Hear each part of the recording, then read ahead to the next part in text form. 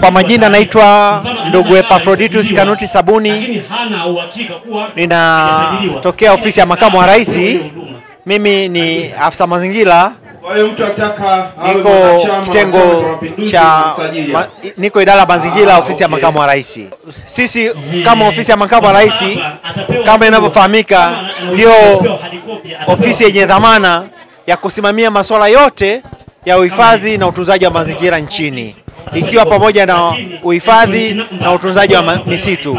Kwa hiyo tuliona itakuwa ni vizuri na sisi kama ofisi yenye dhamana katika nchi ya uhifadhi na utunzaji pia wa mazingira pamoja na misitu kushiriki kwenye maadhimisho haya ya siku ya misitu duniani, ambayo kilele chake itakuwa tarehe 21 mwezi Machi 2025. Anasema mje. Na ni vitu gani ambavyo mnahamasisha wananchi kwenye utunzaji wa mazingira?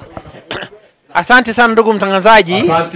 Ni vitu vingi tunavyohamasisha wananchi kwenye utunzaji wa mazingira, hasa ikiwa misitu yetu ambayo ni sehemu ya mazingira yetu.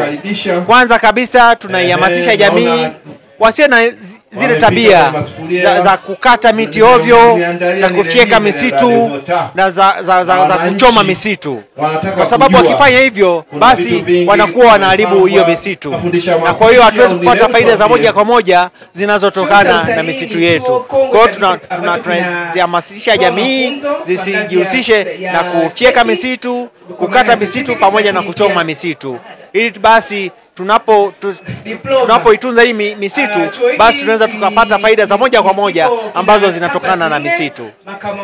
Na tunaona kuna mabadiliko ya tabia nchi yamekuwa kutokea maeneo mbalimbali. Ofisi yenu inafanya nini kuhakikisha kwamba kunakuwa na hali ya hewa ambayo haina mabadiliko? Asante sana ndugu mtangazaji. Kwenye hili ofisi ya makamu wa rais imekuwa na miradi mbalimbali ya kuhimili mabadiliko ya tabia nchi, na hii miradi imejihusisha moja kwa moja kwenye uhifadhi na utunzaji wa misitu, ikiwa pamoja na kuwa na vitalu vya miche ya miti, vitalu vya miche kwa ajili ya kupata miti kwa ajili ya kupanda maeneo mbalimbali. Tumekuwa na miradi pia ya kupanda miti hiyo kwenye maeneo mbalimbali ya nchi yetu, ndio.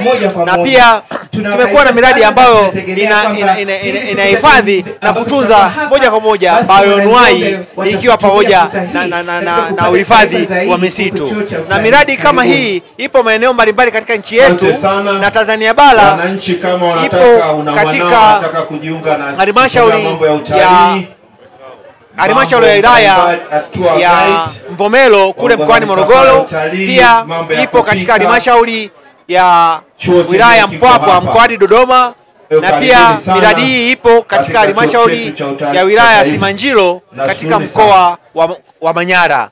Na pia miradi hii sio tu kwamba ipo Tanzania bara, na pia katika upande wa Tanzania kule Zanzibar, miradi hii ipo kule Zanzibar katika mji wa Kaskazini A. Mgeni rasmi wa siku ya kwanza ambaye ni mkuu wa wilaya alipopita hapa, mlizungumzia kuhusu hewa ukaa, uvunaji wa hewa ukaa. Pengine tuambie hili likoje? Asante sana ndugu mtangazaji. Ofisi ya makamu wa rais imekuwa ikijihusisha moja kwa moja na swala la hewa ya ukaa. Kama tunavyofahamu, hewa ya ukaa inapelekea moja kwa moja kuchafua mazingira, na inapelekea moja kwa moja kwenye kubadili hali ya hewa katika maeneo yetu. Kwa hiyo ofisi ya makamu wa rais imejishughulisha moja kwa moja katika biashara ya kaboni, ambayo inajulikana kama hiyo biashara ya hewa ukaa, kwamba katika maeneo mbalimbali ya nchi yetu hii ya Tanzania kumekuwa na misitu ya asili na misitu ya kupandwa. Kwa hiyo ofisi ya makamu wa rais imefanya jitihada za moja kwa moja za kuhakikisha kwamba